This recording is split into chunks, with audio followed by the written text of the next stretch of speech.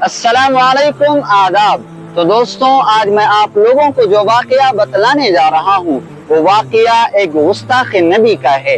अल्लाह के नबी सल्लल्लाहु अलैहि वसल्लम के ज़माने में एक शख्स था जो आपकी शान में बहुत गुस्ताखी किया करता था। एक दफ़ा अल्लाह के नबी सल्लल्लाहु अलैहि वसल्लम ने सहाबा से फरमाया कि तुम में से कौन है जो मेरे लिए काब बिन अशरफ को कत्ल करे।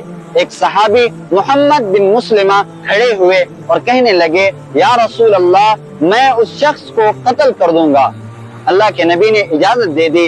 मोहम्मद बिन मुस्लिमा ने फरमाया कि उससे पहले आप मुझे कुछ बात करने की इजाजत दे दें।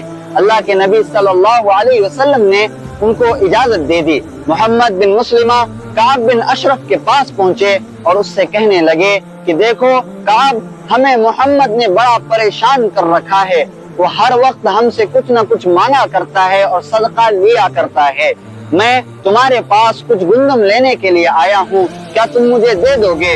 तो काब बिन अशरफ ने कहा कि देखो, मैंने तुम्हें तो पहले ही बताया था कि मोहम्मद तुम लोगों को बर्बाद कर देगा। मैं तुम्हें अनाज तो दे दूंगा, लेकिन उसके बदले में तुम मेरे पास क्या चीज गिरवी रखोगे? मोहम्मद बिन मुस्लिमा ने फरमाया कि काब, तू ही बता दे कि किस चीज को हम तेरे पास गिरवी रखें।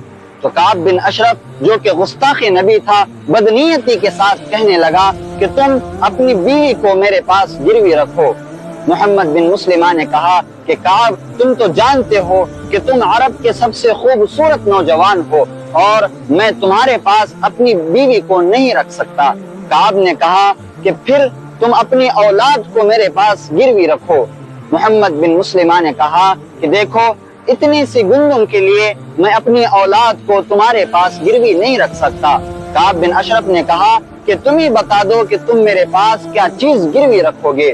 मोहम्मद बिन मुस्लिमा रज़ियल्लाहु अन्हु ने फरमाया कि मैं तुम्हारे पास अपने हथियार गिरवी रख सकता हूँ। काब बिन अशरफ उस पर राजी हो गया। मोहम्मद बिन मुस्लिमा ने कहा कि मैं शाम के वक्त आऊंगा और तुम्हें हथियार देकर गुंदम ले जाऊंगा। काब बिन अशरफ ने इजाजत दे दी। रात के वक्त काब बिन अशरफ के दरवाजे पर दस्तक होती है।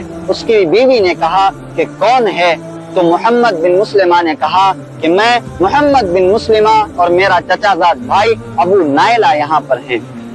जब उसकी बीवी ने इस आवाज को सुना तो वो अपने शौहर से कहने लगी, काब, तुम बाहर मत जाओ, मुझे इस आवाज से खून की बू आती है।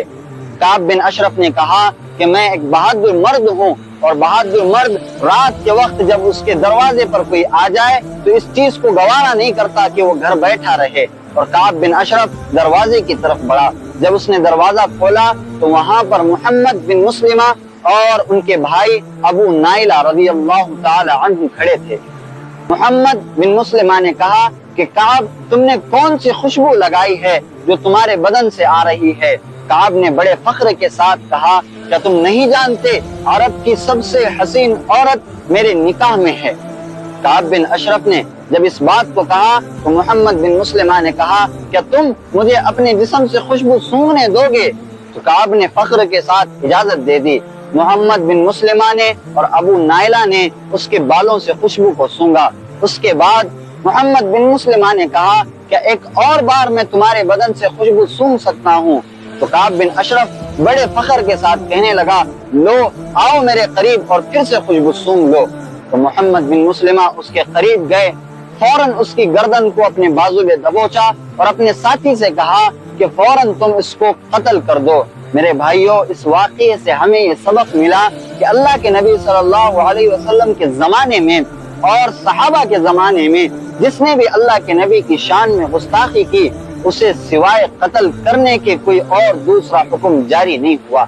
आज हमारे इस वक्त में, इस दौर में, हमारे मुल्क के अंदर जो वाक़या पेश आया, जिसने हमारे नबी की शान में गुस्ताखी की, हम कानून के तहत उसका कत्ल तो नहीं कर सकते, लेकिन हम कानूनन लड़ाई लड़ सकते हैं और हुकूमत के साथ एहतजाज कर सकते हैं कि उस शख्स को गिरफ्तार कर लिया जाए।